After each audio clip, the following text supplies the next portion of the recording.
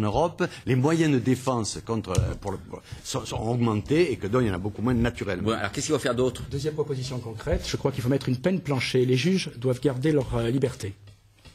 Je crois que chaque cas est un cas individuel. Je veux dire, la justice, ce sera jamais un flash qui flash uniformément tout le monde, parce que chacun a son histoire, chaque délit a ses circonstances. Et donc, ce qu'on propose, par exemple, c'est justement de mettre une peine plancher pour les multirécidivistes, parce que là aussi, ce qu'on souhaite, que dit par exemple le code pénal? Il dit pour tel délit, la personne peut avoir entre tant de mois et tant d'années de prison. Et on souhaite que clairement ce soit inscrit dans le code pénal, quand la personne est multirécidiviste, il y ait au minimum cette peine. On ne veut pas qu'un multirécidiviste ressorte libre d'un tribunal. Bon, et sans vouloir vous faire de peine, Thierry Mariani, alors effectivement, nous, la presse, on relate souvent les procès en disant qu'ils risquent de 5 ans à 7 ans de prison.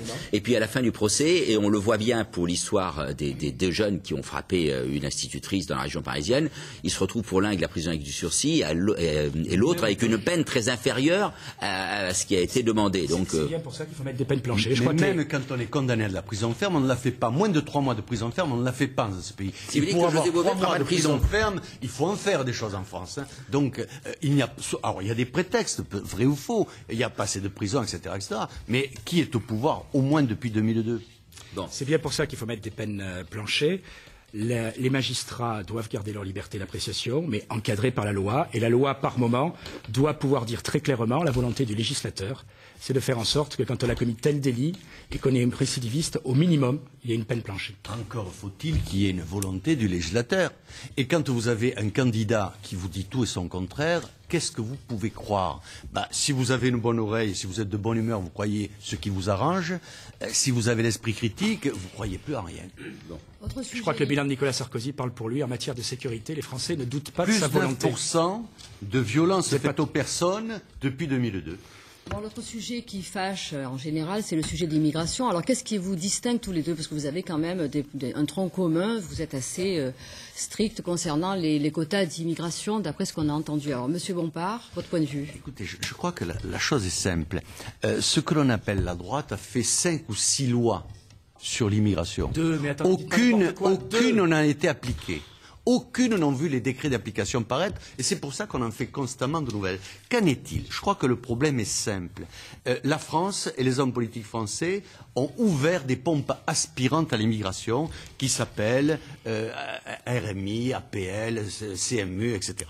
Tant qu'on ne coupe pas ces pompes qui appellent l'immigration, qui appellent à l'immigration légale et qui appellent à l'immigration illégale, tant qu'on n'arrête pas la loi sur le regroupement familial, qui a fait rentrer 125 000 personnes légalement cette année, tant qu'on continue... Le regroupement familial, c'était Giscard d'Estaing, donc ça ne date pas d'hier. Elle n'a pas été supprimée. Dans la situation de pauvreté dans laquelle est notre pays, il faut l'arrêter. Il faut arrêter les pompes aspirantes. Immigration zéro. À partir du moment où on met... Mais non, mais il ne s'agit même pas de lancer l'immigration zéro. Il faut arrêter les pompes aspirantes. C'est ce que dit l'immigration zéro. Mais non, il n'arrette pas la loi sur le regroupement familial. C'est dans le programme du MPF. Il n'arrête pas les pompes aspirantes. Est-ce que vous avez un projet de loi? Philippe de Villiers, vous perdez dans vos notes, franchement. Non, mais je parle de De Villiers. Philippe de Villiers. Je ne vous ai pas attaqué, j'aurai les moyens de le faire. Restez dans votre coin. Ça ne me gêne pas du tout. Allez-y. Philippe de Villiers. Vous n'êtes pas au conseil municipal. Philippe de Villiers, le président du MPF, dit immigration zéro. Il a d'ailleurs exactement le même langage que... Elle est facile. Arrêtons les pompes aspirantes, arrêtons le regroupement familial et d'office ce sera l'immigration zéro ou l'immigration du travail. Aujourd'hui, sur 135 000 étrangers qui rentrent, il y en a 10 000 au titre de l'immigration du travail. Donc c'est 10 000 aujourd'hui. Sur 135 000 légaux et 150 000 clandestins, c'est 10 000. Et c'est fait automatiquement. Vous arrêtez les pompes aspirantes, vous arrêtez le regroupement familial, et bien c'est fini. Donc on n'est pas très loin de l'immigration choisie de Nicolas Sarkozy? Pas du tout. D'abord, il faut quand même rectifier certaines vérités. Monsieur Bompard, il y a eu 2 lois sur l'immigration. La loi de novembre 2003, la loi de juin 2006. Quand j'étais député, certes, vous étiez... C'était il y a 20 ans. C'était il y a 20 ans. Il y avait déjà 3 lois, et on en a fait une pendant ce mandat-là. Alors donc, on doit être au moins 5. Oui. Je répète, Nicolas Sarkozy a fait 2 lois sur l'immigration, 2 lois qui sont... Vous avez parlé de Nicolas Sarkozy. La France a fait 5 lois générales sur l'immigration. On est dans la perspective de mai 2007. Alors, la France n'a pas fait 5 lois, elle a modifié 40. Monsieur Bompard. Avant Sarkozy, la France existait avant Sarkozy. Oui, vous le savez. Mais elle n'a pas fait 5 lois, elle a modifié 42 fois la loi sur l'immigration, l'ordonnance de 45. Alors là aussi... Et aucune fois ça a été appliqué.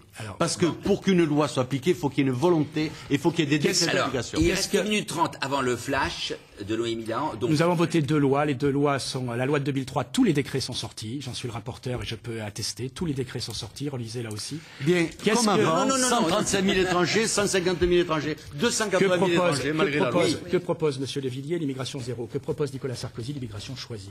C'est-à-dire, on ne vit pas dans un monde utopique. M. Bompard, à l'hôpital d'Orange, il y a les médecins étrangers. S'il n'y avait pas des à l'hôpital d'Orange, si à l'hôpital d'Orange, comme à l'hôpital de Valréas, comme ailleurs, il n'y avait pas heureusement des médecins étrangers, nos hôpitaux seraient aujourd'hui en grande difficulté. C'est scandaleux. On laisse terminer Thierry Mariani. Que s'il n'y avait pas des médecins étrangers, les hôpitaux français ne pourraient pas fonctionner. Les jeunes Français qui veulent faire médecine sont collés à 14. Les étudiants étrangers qui réussissent en France et les étudiants en médecine sont réussis à 8. Donc, il y a une ségrégation de fait faite par la République qui empêche les jeunes Français de devenir médecins et qui facilite l'accès à la médecine des étrangers. Alors, on nous dit les étrangers retourneront chez eux. Non, ils ne retournent pas chez eux, chez nous. Il y a un peu de retard dans le temps de parole. Voilà. Je dis immigration choisie, c'est quoi ce que propose Nicolas Sarkozy? C'est de faire en sorte en France qu'on choisisse effectivement les immigrés qui peuvent le mieux s'intégrer. Quel est le meilleur moyen pour s'intégrer? C'est le travail.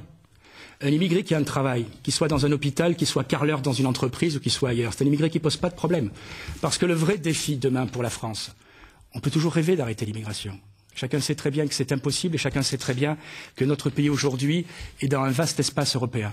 Le problème, c'est de réussir cette immigration en réussissant cette intégration. Et c'est ce que propose... Et c'est ce que propose... clandestine ne s'est pas arrêtée.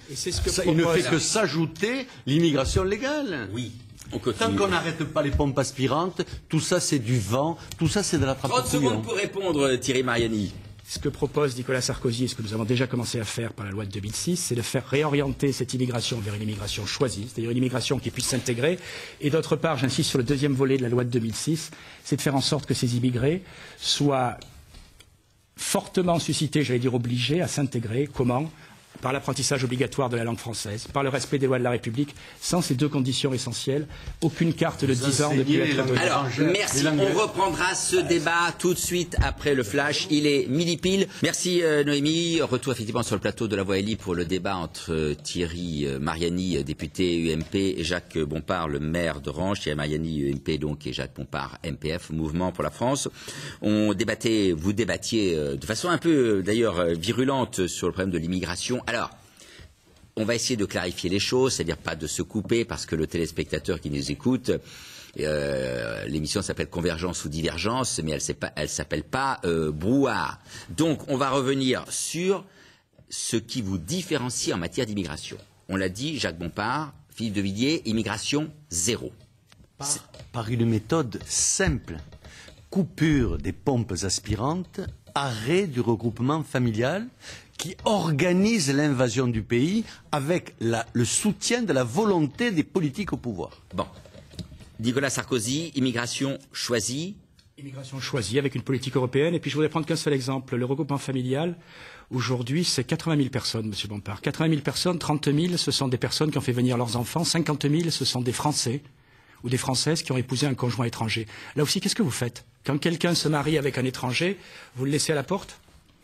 Parce que c'est beau d'enchaîner des formules, mais moi je ne fais pas de sentiments, je traite la réalité. Le regroupement familial que nous condamnons, c'est le regroupement qui a été tel qu'il a été conçu. Un travailleur, à l'époque c'était des travailleurs, aujourd'hui ce sont des gens qui viennent rechercher les aides sociales. Un travailleur étranger venait en France et faisait rentrer sa famille, toute sa famille. Aujourd'hui, on fait rentrer une femme, 2 femmes, 3 femmes, jusqu'à 4 légalement. Excusez-moi, je vous repose. Il y a un imam de la région lyonnaise on a exclu, on a renvoyé chez lui parce qu'il faisait des prêches trop terroristes. Et ces femmes sont restées. Et il touche plus de 60 000 francs par mois. Je peux vous permettre de vous reposer une question précise. Bien sûr, je comprends que Monsieur Mariani ait beaucoup de sollicitude pour cette famille. Je le comprends, moi. Mais pour ma part, je n'ai pas tout à fait les mêmes sentiments. Bon. Je crois que quand on vient en France, c'est pour aimer la France et pour travailler. Si on aime la France, on y travaille, on y a sa place. Et on peut même accéder à la nationalité française, mais on reste